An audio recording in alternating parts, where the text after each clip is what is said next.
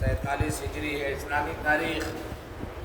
حضرت جعفر رضی اللہ تعالیٰ عنہ کی مدینے میں آمد۔ حضرت جعفر رضی اللہ تعالیٰ عنہ اپنی بیوی حضرت اسماء بنت عمیس رضی اللہ تعالیٰ عنہ کے ساتھ کے ساتھ حبشہ میں تقریباً 14 سال رہے، اور 7 ہجری میں وہ اس وقت مدینہ پہنچے جب حضور صلی اللہ علیہ وسلم خیبر فتح کر کے تشریف لائے تھے۔ رسول اللہ صلی اللہ علیہ وسلم کو ان کے آنے پر بے حد خوشی ہوئی۔ حضور صلی اللہ علیہ وسلم نے انہیں اپنے سینے سے لگایا اور پیشانی کو بوسہ دیا اور فرمایا، میں نہیں کہہ سکتا کہ مجھے جعفر رضی اللہ تعالیٰ عنہ کے آنے کی زیادہ خوشی ہے یا فتح خیبر کی۔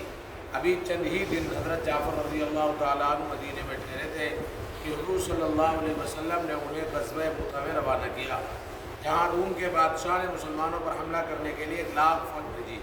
مسلمانوں کی جماعت میں صرف 3000 آدمی تھے۔ ان 3000 نے اللہ پر بھروسہ کر کے مقابلہ کیا اور اللہ نے فتح دی۔ معرکہ شروع ہونے سے پہلے حضرت جعفر رضی اللہ تعالیٰ نے چند اشعار پڑھے۔ ان کا ترجمہ یہ ہے کہ جنت کا قرب ہے، جنت کا قرب، اس کی پاکیزگی اور ٹھنڈی شراب کتنی اچھی ہے۔ روم نشانے پر ہے اور اس کی تباہی قریب آ چکی ہے۔ وہ گمراہی میں بھٹک رہا ہے اور اس کی نسل عنقریب ختم ہونے والی ہے۔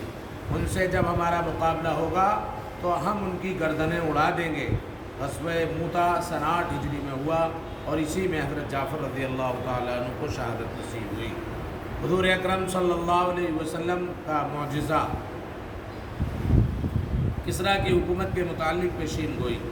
حضرت ابن عباس رضی اللہ تعالیٰ عنہ فرماتے ہیں کہ جب کسریٰ کے بادشاہ نے رسول اللہ صلی اللہ علیہ وسلم کے خط مبارک کو پھاڑ دیا تو آپ صلی اللہ علیہ وسلم نے پیشین گوئی فرمائی کہ کسریٰ نے خط پھاڑ کر اپنے ملک کو ٹکڑے کر دیا۔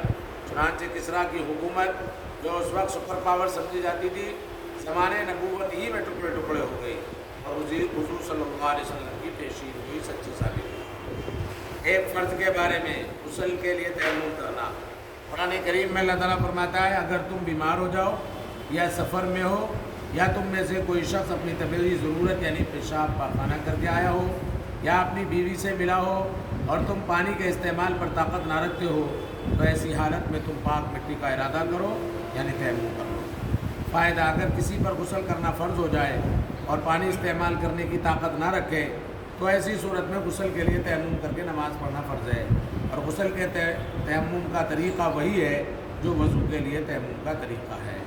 ایک سنت کے بارے میں دسترخوان اٹھانے کی دعا۔ رسول اللہ صلی اللہ علیہ وسلم جب اپنے دسترخوان کو اٹھا لیتے تو فرماتے، الحمدللہ کثیرا طیبا مبارکا فیہ غیر مکفی ولا مودع ولا مستغن عنہ ربنا۔ تمام تعریفیں اللہ کے لیے ہیں، ایسی تعریف جو بہت زیادہ پاکیزہ بابرکت ہو، نہ اس پر کفایت کی گئی ہو، نہ اسے چھوڑی گئی ہو، نہ اس سے بے پرواہی کی گئی ہو۔ اے ہمارے پروردگار، ایک اہم عمل کی فضیلت، بیٹی و بہن کے ساتھ بھلائی کرنے والا۔ رسول اللہ صلی اللہ علیہ وسلم نے فرمایا، جس شخص کی 3 بیٹیاں 3 بہنیں یا 2 بیٹیاں 2 بہنیں ہوں اور ان کے ساتھ اچھا سلوک کرے اور ان کے حقوق کے بارے میں اللہ تعالیٰ سے ڈرے تو اس کے لیے جنت ہے۔ ایک گناہ کے بارے میں برے کاموں کی سزا۔ قرآن کریم میں اللہ تعالیٰ فرماتا ہے، جو لوگ یہ چاہتے ہیں کہ مسلمانوں میں بے حیائی کی باتوں کا چرچا ہو تو ان کے لیے دنیا اور آخرت میں دردناک عذاب ہوگا، اور ایسے فتنہ کرنے والوں کو اللہ تعالیٰ خوب جانتا ہے، تم نہیں جانتے۔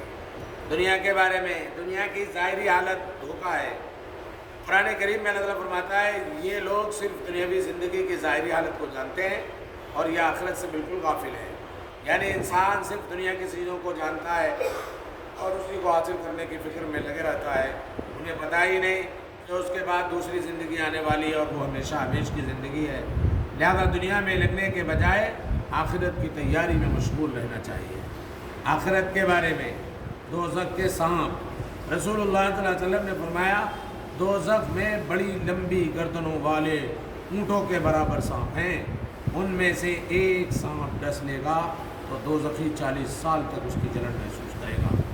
طب نبوی سے علاج، رائی کے فوائد۔ رسول اللہ صلی اللہ علیہ وسلم نے فرمایا، تم لوگ رائی کو استعمال کیا کرو کیونکہ اس میں اللہ تعالیٰ نے ہر بیماری سے شفا رکھی ہے۔ فائدہ، رائی کا تیل بالوں میں مضبوطی پیدا کرتا ہے اور اس کی سفیدی کو روکتا ہے اور جلد میں نرمی پیدا کرتا ہے۔ نبی کریم صلی اللہ علیہ وسلم کی نصیحت۔ رسول اللہ صلی اللہ علیہ وسلم نے فرمایا، اللہ تعالیٰ فرماتا ہے کہ ابن آدم تو میری عبادت کے لیے فارغ ہو جا، میں تیرے سینے کو دنیا کی بے رغبتی سے بھر دوں گا اور تیرے فقر کے دروازے کو بند کر دوں گا، ورنہ تو پھر میں تیرے ہاتھوں کو مشغول کر دوں گا اور تیرے فقر کے دروازے کو بند نہیں کروں گا۔ آج جمعہ کا دن ہے، جمعہ کے دن اس مسجد کا معمول درود شریف پڑھنے کا ہے۔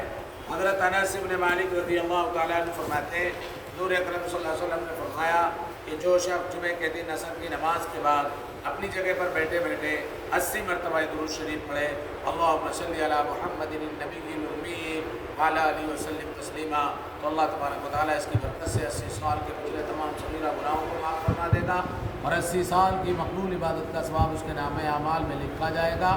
اس لیے درود شریف پڑھنے کے بعد تشریف